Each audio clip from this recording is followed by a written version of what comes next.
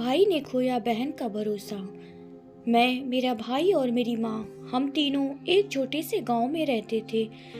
मेरे घर की हालत काफ़ी ख़राब थी। मेरी माँ दूसरों के घर में काम करके घर चलाती थी। इसी के कारण मैं स्कूल भी नहीं जाती थी।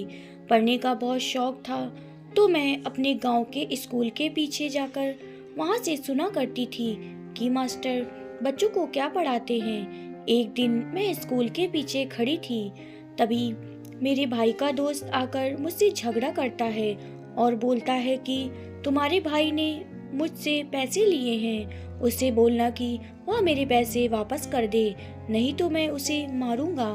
मैंने उससे बोला कि तुम मेरे भाई को मारोगे, मार के दिखाना। फिर हम दोनों में झगड़ा होने लगता। तभी मेरा भाई वहाँ पर आकर हम दोनों को अलग अलग करता है।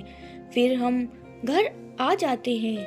वह माँ से बोलता है कि माँ मुझे पैसे दे दो, मुझे कारोबार करना है। माँ कहती है मैंने ये जेवर अपनी बेटी के लिए रखे हैं, मैं वह तुम्हें नहीं दूंगी। दिन भर तुम आवारागर्दी करते रहते हो, नौकरी क्यों नहीं करते। फिर वह वहाँ से चला जाता है। फिर मैं अपने भाई के पास जाती हूँ, उसको समझाती हूँ कि माँ को मैं समझाऊंगी कि वह तुम्हें पैसे दे दे, अब तुम आराम करो। लेकिन जब मैं रात को सो जाती तब कोई मेरी फोटो खींचता है।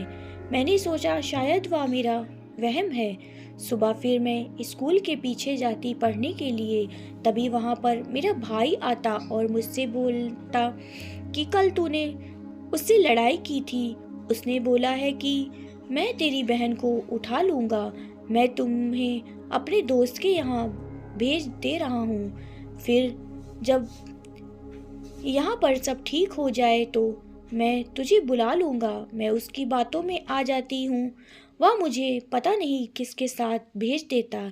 जब मैं वहाँ पहुँचती तो एक औरत गेट खोलती। वह आदमी मुझे छोड़कर वहाँ पर चला जाता। फिर वह औरत मुझे अंदर ले जाती और अंदर पहले से ही एक लड़की होती।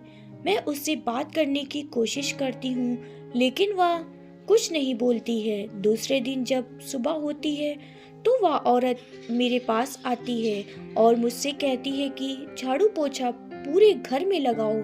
मैं उसको बिना कुछ कहे पूरे घर में झाड़ू पोछा लगा कर बैठती हूँ। तो फिर से वह मुझसे बोलती है कि 5 किलो दाल बनाओ। जब मैं दाल बना देती हूँ तो वह मुझसे बोलती है थोड़ी सी रोक लो और सब फेंक आओ। फिर मुझे कुछ समझ में नहीं आता कि ये औरत क्या करवा रही है। इसी तरह से वह मुझे रोज यही सब काम करवाती थी। मैं बहुत परेशान हो गई थी। फिर मैं वहाँ से भागने का सोचा। रात को उठकर उस लड़की को उठाया और उससे बोला कि चलो हम दोनों यहाँ से भाग चलते हैं। उसने बोला नहीं, मैं नहीं जाऊँगी और वह औरत मारेगी, हम दोनों को छोड़ेगी नहीं। फिर मैं वहाँ से अकेले ही भाग गई। कुछ दूर जाकर मुझे एक आदमी खड़ा मिला। मैंने उससे मोबाइल मांगा और अपने भाई को फ़ोन मिलाया। मैंने अपने भाई से बोला भाई तू कहाँ है, जल्दी आ जा, मैं यहाँ पर खड़ी हूँ, मुझे ले जा।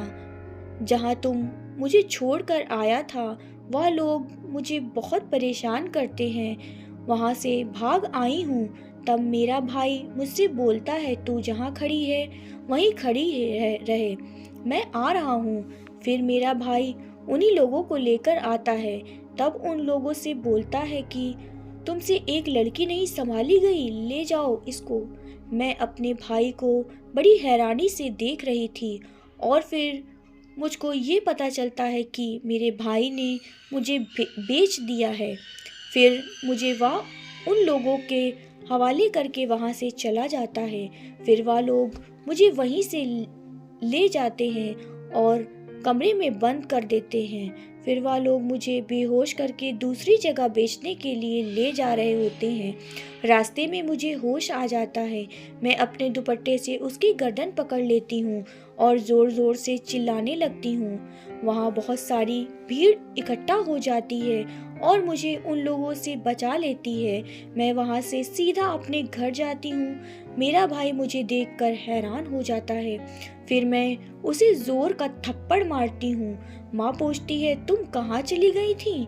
तो मैं बोलती हूँ कि माँ, मेरे खुद के सगे भाई ने चंद पैसों के लिए मुझे बेच दिया था। जब माँ ये बात सुनती है तो वह मेरे भाई को घर से भगा देती है और उससे रिश्ता ख़त्म कर लेती है। उम्मीद करते हैं कि आपको हमारी ये कहानी ज़रूर पसंद आई होगी। अगर आपको हमारी ये कहानी पसंद आई है तो हमें लाइक करें, कमेंट करें, शेयर करें और सब्सक्राइब करें।